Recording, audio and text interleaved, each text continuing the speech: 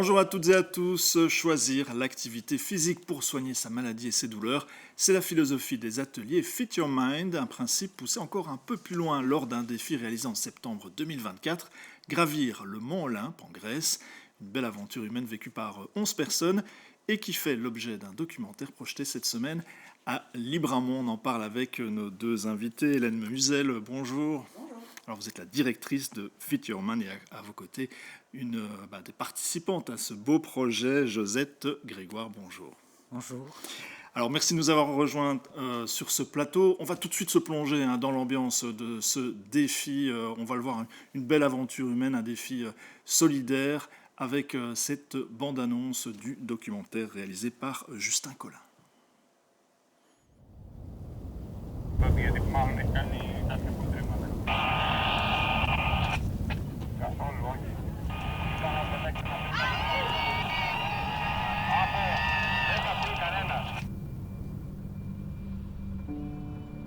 Maintenant, je pense que l'arrivée là-haut, pour tout le monde, ça va être quand même chargé d'émotions. Je pleure pas souvent, mais je pense que ça sera tellement beau à voir. Je me suis dit, ça, c'est ce que je vais dire à mes petits-enfants. J'ai été au-dessus des nuages.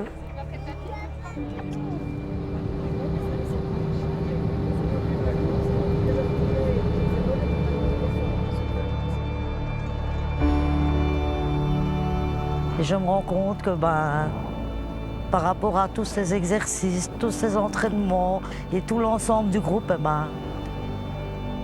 on trouve la force d'avancer. Ça change vraiment les personnes. Elles ne sont plus les mêmes en redescendant.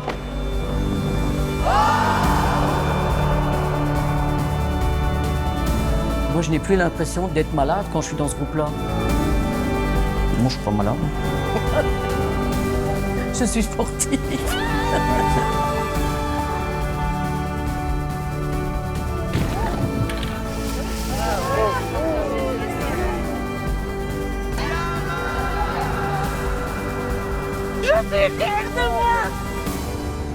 Mon mari, mes enfants me trouvent forte et je ne pensais pas être aussi forte. Voilà, et on sent déjà toute l'émotion de cette aventure humaine, de cette ascension du mont Olympe. Hélène, juste pour qu'on plante un peu le décor et que vous nous expliquiez, qu'est-ce qui relie finalement toutes ces personnes qui ont participé à ce défi ? Qu'est-ce qui relie ces personnes ? Déjà, c'est devenir quotidiennement, de vivre au quotidien Fit Your Mind. C'est vraiment une philosophie de vie, je pense. C'est eux qui font l'essence de la SBL. Ils s'investissent dans des cours hebdomadaires pour leur santé, pour un mieux-être physique et mental. Et je pense que ça amène une dynamique dont on ne se rend peut-être pas compte de l'extérieur. Et ce documentaire le met vraiment bien en avant. Mais on comprend surtout que ce ne sont pas des sportifs aguerris au départ. Hein. Tout à fait. Vous ne me les trompez pas, Josette. Non, pas du tout.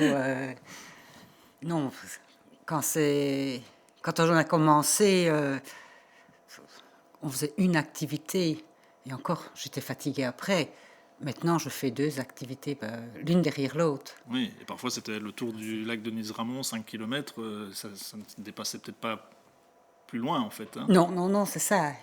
Et c'est vrai qu'au fur et à mesure des mois et des années, on se rend compte surtout que, oui, on a plus de souplesse au niveau de son corps. Parce que en même temps, le fait de l'activité, elle est respectée. On va, si vous savez lever le bras jusque-là, c'est bien. Si vous levez là, c'est bien aussi. Il n'y a pas de souci, quoi.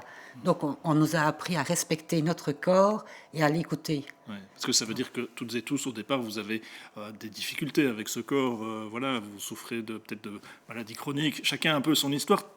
Tout le monde n'en parle pas nécessairement. Voilà, même dans le documentaire, peut-être aussi par pudeur et pour aussi oublier la maladie. Mais néanmoins, c'est comme ce qui vous relie aussi. C'est ce qui nous relie, mais justement, à force de côtoyer le Fit Your Mind, bien souvent, on ne parle pas de notre maladie. C'est surtout redécouvrir une vie sociale, revoir des liens, et puis en dehors du Fit Your Mind, on s'entraide, on se retrouve. Donc c'est sportif, mais il y a tout ce côté humain, tout ce côté mental qui est très bénéfique et qu'on ne se rend compte que quelques mois après. Voilà, des ateliers hebdomadaires, c'est ça? C'est ça, Oui. Mais alors pourquoi ce défi? Pourquoi vouloir aller plus loin, plus haut? C'est vrai, bonne question. À la base, c'est déjà l'ambiance qu'on avait dans nos cours. Avec Julie, ma collègue, donc on donne des cours à deux et j'en donne en individuel. Nos cours collectifs, on a vraiment maintenant, je trouve, une ambiance, un collectif qui est très soudé, très fort. Et on s'est dit, on veut les emmener plus loin. En fait, on a envie de leur proposer un défi pour qu'ils repoussent encore leurs limites, qu'ils se connaissent encore mieux, en fait, pour pouvoir aller plus loin. Et c'est comme ça qu'est né le projet d'Ascension. On va écouter d'ailleurs d'autres participantes, Marie-Reine, Marie-Claude et Dominique, que j'ai rencontrées avec Dominique Roger avant la projection du documentaire mardi. C'était la première projection, on aura l'occasion d'en reparler. Et elles reviennent justement sur leur expérience. D'abord, une très belle aventure humaine, c'est un dépassement de soi et une cohésion de groupe qu'on ne peut même pas imaginer. C'était vraiment très très chouette. Ça m'a apporté beaucoup sur le plan personnel en tout cas. Mais c'est quand même une très belle aventure de la connaissance, de la tolérance et de la bienveillance. Parce que tu apprends à te connaître, tu découvres tes forces que tu ne soupçonnais pas, des attitudes que tu n'imaginais pas, des difficultés que tu ne connaissais pas. Et puis au niveau relationnel, c'était vraiment très très belle aventure, oui franchement, avec beaucoup d'aide, beaucoup de solidarité, beaucoup de prendre soin de l'autre, alors qu'on ne connaît même pas les problèmes de santé des autres. Et donc simplement, en tant qu'être humain, on était là comme des gens ordinaires, et on savait qu'il y avait des problèmes, mais on pouvait les gérer tous ensemble. Tellement on était pris par cette belle ambiance et ce beau défi qu'on en oubliait tous nos mots.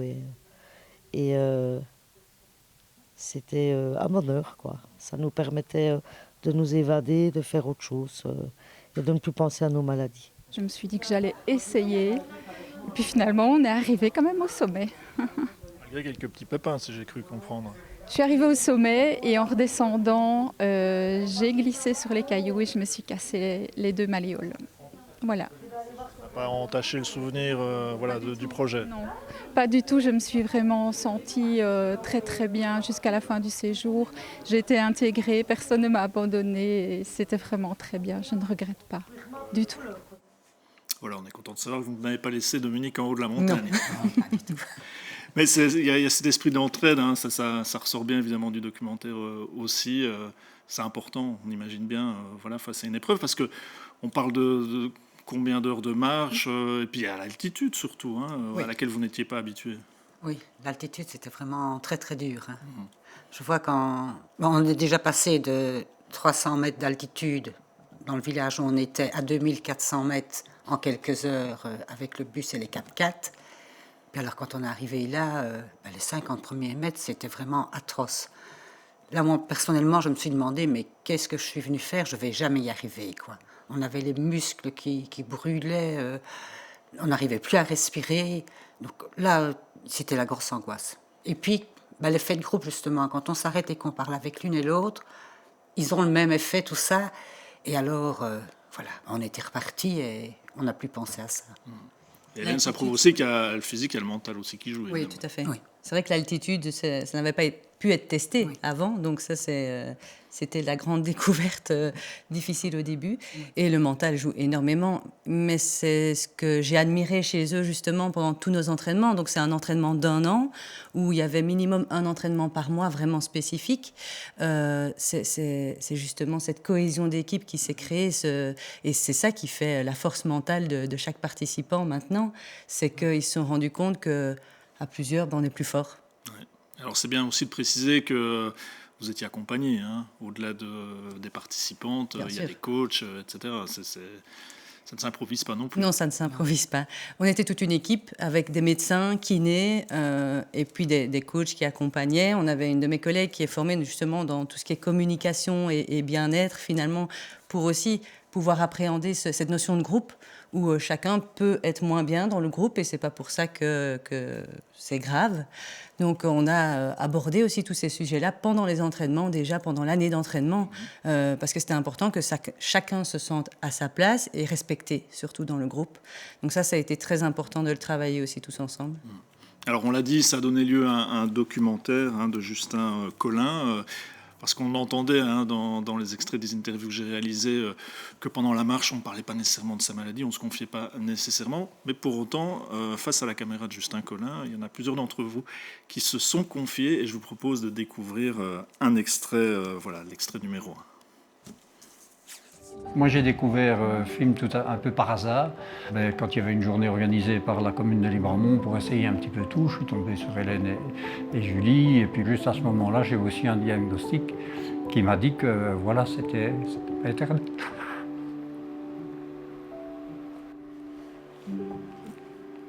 Voilà, et donc ça a évolué négativement. Et donc je me suis dit, tout ce que je peux faire maintenant, je le fais maintenant. Et donc je me suis dit, puisqu'on présente qu'il y a quelque chose en option qui a l'air plus sympa, plus sportif, etc., j'ai dit ok, je vais le faire. Quoi. Take your time, we will be a team now, okay? Yes, yes. Hiking like a team. Enjoy it, please. Yes, yes. Okay. On a les petits loups! Step by step, all together. Je me suis demandé si les guides connaissaient nos pathologies. Je me demande s'ils avaient su que j'avais Parkinson, s'ils m'auraient embarqué avec ou pas. Oui, oui. Et nous, on est partis là, mais je ne me rendais pas du tout compte de ce que c'était. Voilà, c'est plein d'émotions. Il paraît que dans la salle, il y en a quelques-uns qui n'ont pas pu retenir leurs larmes.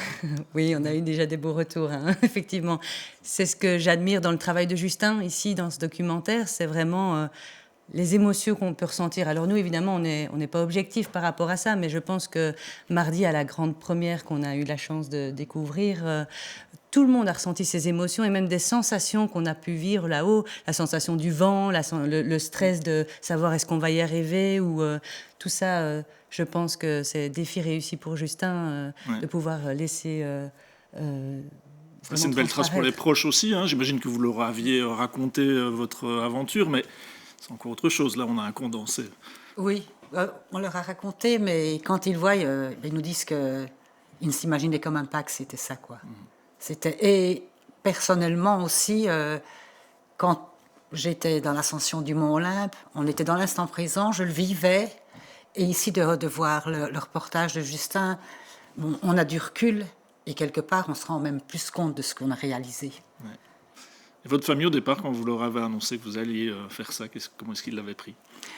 Au départ, c'est avec Françoise qu'on se dit, moi je dis la Grèce, j'ai jamais vu. Tiens, mon mari ne va que dans des pays où on parle français. Donc c'était l'occasion. Donc on s'est inscrite à tout hasard et puis on a été sélectionnés. Alors je le disais à mon mari, qui m'a dit, oh mais écoute, à ton âge, je ne dois pas faire ça. Et ma fille est arrivée, elle a dit, mais enfin arrêtez. Elle dit, et pourquoi à ce moment on ne le ferait pas ? Et finalement, j'avais mon mari, ma fille et mon fils qui étaient derrière moi et qui m'ont poussée. Et ce qui est magnifique, je trouve, c'est dès que je suis revenue de l'ascension, quand j'ai vu mes enfants, la première chose, je ne les ai pas vus en même temps, et la première chose qu'ils m'ont dit tous les deux, c'est « Maman, tu continues à aller au Fitiomagne, tu continues à prendre du temps pour toi. » Et ça, c'est un cadeau merveilleux, quoi. On entend Josette dire qu'il y a quand même eu une sélection, puis on a cette question-là dans l'extrait qu'on a pu voir, est-ce que les guides étaient au courant, je me demande, de l'état dans lequel on était, est-ce qu'ils auraient accepté Donc effectivement, une sélection, le projet était ouvert à tous nos participants des cours hebdomadaires de Libramont.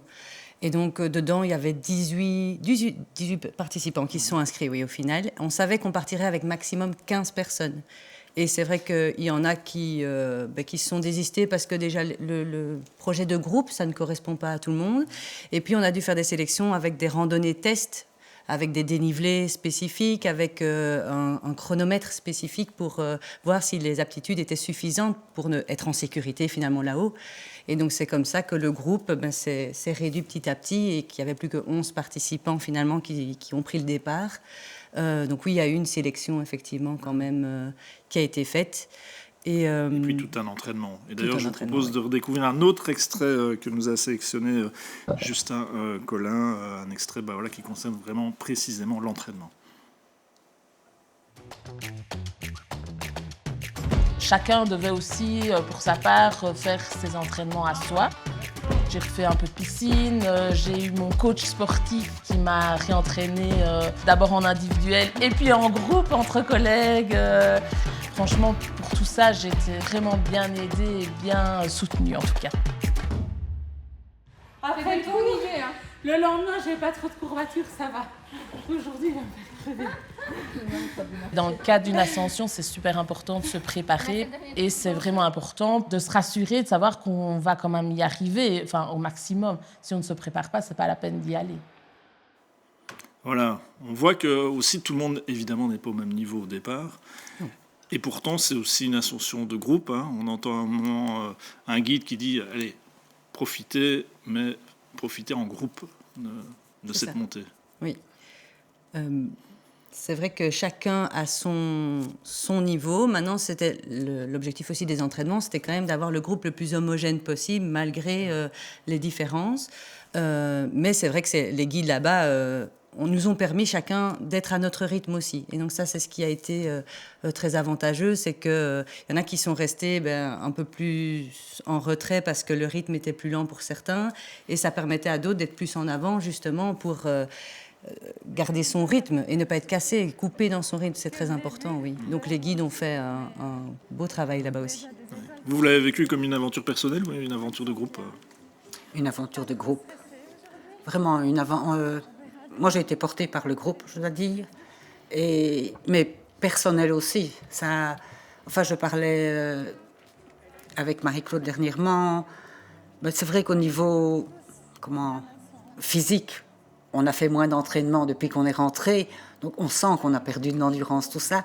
Mais tout ce que le projet nous a amené, on l'a gardé. Moi, j'ai beaucoup plus confiance en moi. Maintenant, j'ai compris que s'occuper de soi, prendre soin de soi, c'est très important. Et je pense qu'on est plusieurs de notre génération à l'avoir compris. Oui, justement, je vous propose d'écouter une autre salve d'extraits d'interview avec Marie-Claude, notamment, qui s'exprime sur ce sujet. Oui, ça m'a changé, ça m'a vraiment permis de faire quelque chose pour moi-même. Ce que je n'avais pas l'habitude de faire, puisque de par ma profession, j'étais plutôt tournée vers les autres et mes engagements, c'était plutôt tourné vers les autres. Donc c'était vraiment pour moi. Et à partir de là, j'ai pris le sens des décisions personnelles, d'oser prendre des décisions personnelles, d'afficher certaines attitudes, ce que je n'aurais pas fait auparavant, sûrement. On revient transformé et peut-être même une remise en question de soi-même, de son état physique, de son état mental. Et finalement, c'est de se dire on y est arrivé, quoi. Ça, c'est la plus grande victoire, c'est d'être arrivé. Et vous continuez les entraînements? Et je continue toujours les entraînements parce que c'est ma force de vivre. Ça fait partie de ma vie. Voilà, et ça cadre parfaitement avec le slogan de Fit Your Mind, soigne ton corps, guéris ton esprit. Tout à fait, oui.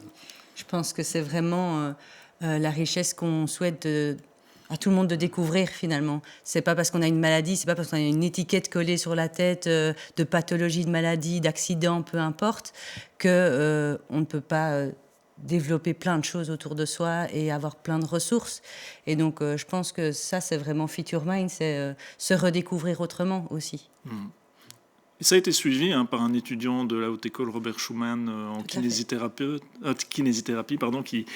qui est futur kinésithérapeute, qui a suivi tout le projet finalement. C'est ça. Il a évalué vraiment les participants au projet par rapport à nos participants habituels, justement, en voyant que le fait d'avoir un défi, ça pousse encore les gens un peu plus loin, et surtout ça leur a appris à encore mieux se connaître leurs limites, connaître ce dont ils ont besoin, et je pense que ça a été vraiment un gros atout pour eux dans la suite. Ouais. Et Josette, à refaire ou... Oui, vraiment, à refaire. Parce que comme Hélène dit, en plus, on a appris à connaître nos limites, à écouter notre corps, mais avec l'entraînement quand même toute l'année, on a aussi appris à connaître les limites de l'autre, les doutes de l'autre. Donc, parfois, comme disait Marie-Claude, on a l'habitude d'être au service des autres, Mais parfois, on savait qu'on pouvait demander de l'aide parce qu'on avait appris à connaître nos faiblesses aussi. Et ça, c'est plus difficile de demander de l'aide. Et je pense que ça s'est fait naturellement, au fur et à mesure des entraînements. Ouais. Et visiblement, vous y avez pris goût puisque vous faites des sorties aussi entre vous. Oui, on a organisé à 3, tous les 3e ou 4e vendredis du mois, on organise une balade d'un peu plus longue, entre 8 et 10 km. Et alors, on l'ouvre à tout le monde. Donc, tous les participants qui vont au renfort, l'autre marche, ce n'est pas réservé rien qu'aux personnes qui ont fait l'ascension. C'est vraiment ouvert, même des personnes qui ne viennent pas au Fit Your Mind, de nos proches ou quoi, on leur propose comme ça peut leur permettre de découvrir l'ambiance de Fit Your Mind et de voir ce qu'on peut faire. Voilà. En tout cas, par rapport au projet OSE et au Mont Olympe, il y a ce documentaire.